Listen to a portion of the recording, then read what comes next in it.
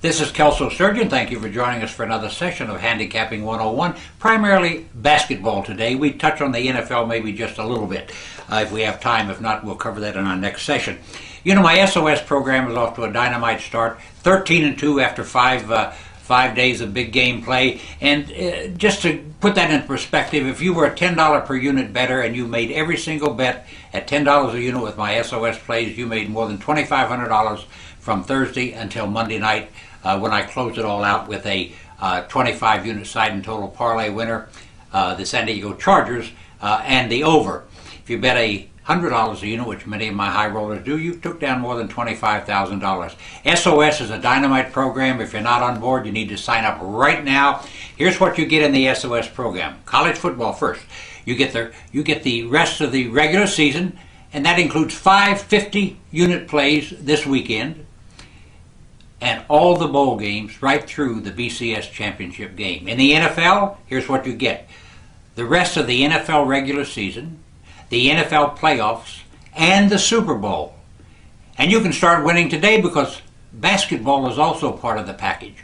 You get all of my best bet club plays in basketball, 2 or 3 plays a day, both in the colleges and the NBA. Sign up on this website or toll free at 1-800-755-2255 for my SOS program. It's the bargain of the year in the sports betting world. $249 charged to your credit card. Once again, sign up on this site or toll free at the office, 1-800-755-2255. Now let's discuss a little college basketball. I know it's been kind of rocky for a lot of people, but basketball is what it is. It's a tough game to handicap early in the season. I got off to a very good start, stumbled a little bit, but I'm back winning again. You know, I've noticed one thing that everybody should pay attention to in college basketball. You know, I monitor betting lines all day long, and I wait as late as possible to post the games that I'm releasing for the day. I have noticed that there have been significant line changes very late in the day, and that these significant line changes basically are just winning right and left. In fact, of the last 6 or 7 late line changes, all those teams won. It raised this particular issue with me, and if there's some interest, I'm going to do it. You might give the office a call. I'm going to discuss it with the folks today. Maybe I'm going to start a late information service if you want it, if you need it. And you know, it's one of these things that, you know, 7-0 is a nice number. I can't say that it's going to stay that way, but the late moves are getting the cash. And you know, I have to weigh that against the fact that usually when money shows, it's right 50% of the time. But I'm seriously thinking about opening or starting a late service. If you're interested, call the office and tell them, hey, let's do it. And in the meantime, I'm going to discuss it, and we just might do that. Now, in college basketball rankings, you know, I disagree with a lot of people, but there's one place that we're 100% right on. Duke is by far the best basketball team in the country. You know, usually there's competition from 2 or 3 other teams in the ACC, but for some reason the ACC is really not as solid this season as it has been in the past. Here are the 5 teams that I rank 1, 2, 3, 4, 5. The 5th one will baffle you, but I'll explain something. Duke is number 1. Kansas is number 2. Ohio State is number 3. Connecticut is number 4. And Minnesota is number 5. Now, I realize that Minnesota got beat the other night, but they played without their 2 best players. They'll be back, and Minnesota will keep right on winning.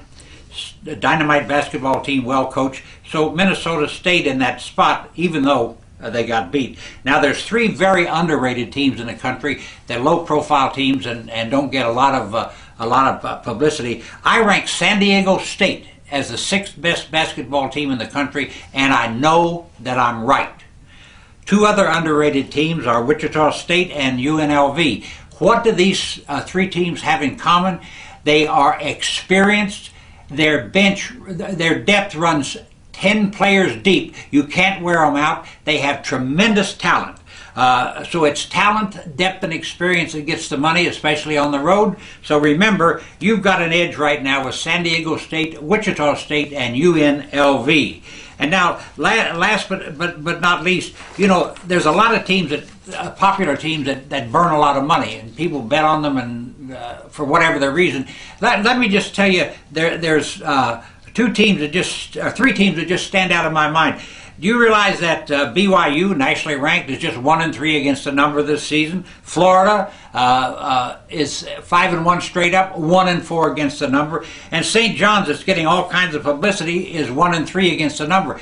So just because you're a named basketball team doesn't mean that you cover the number. And let me give you a couple that are covering the number that nobody pays any attention to. How about Belmont? 4-0 against the number and just blowing everybody out. This is a small, not a small college. It's a lower mid-major college basketball team that just absolutely dynamite. And for some reason, Alabama Birmingham never gets any respect. Alabama Birmingham a perfect 5-0 against the number.